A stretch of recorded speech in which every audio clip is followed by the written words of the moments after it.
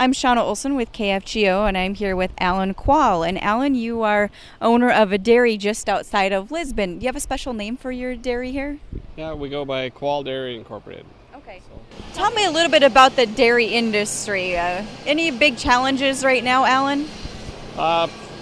Feed supply is one of the bigger ones. We were seeing the price go up on feed, and the price has been kind of static on milk end. It's been actually too low earlier, and it's starting to creep up, but we haven't seen it in our milk check yet. Yeah, great. So that's one of our big things. This heat this summer also has been an issue on our dairy operation. We've installed some new fans to try get enough air on the animals, and run sprinklers too to keep them cooled down. But there's been some challenges with that.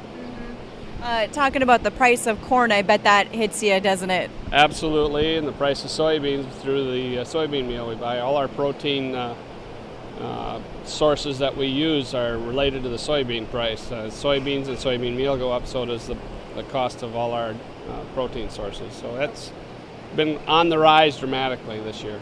We've seen probably a 15% drop in milk production on certain weeks when it's been those weeks in June and July here that have gotten into the high 90s or high humidity. They're really, cows, they're just like us. They don't like the heat. They'll lay around and not eat much, so then they don't produce much milk. How much milk do you produce a day here? Well, we're at about 70 pounds per cow per day, so that figures out to about 35 to 36,000 pounds of milk. With the price of soybeans the way they are, they're higher, corn is higher, and like you said, the price of a gallon of milk, really, you haven't seen that jump. Are these harder times right now, or how do you deal with that? Well, it's quite similar to 2009, where our overall bottom line is impacted pretty dramatically, and when commodity prices go way up and our milk price doesn't follow fast enough, it's a challenge.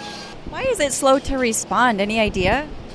Well, it's a huge investment in the business side of things. So a producer will hang on to the bitter end producing milk, because you can't just quit milking today and start milking next week. You can't just buy animals to start right back up again. It's a long, slow process.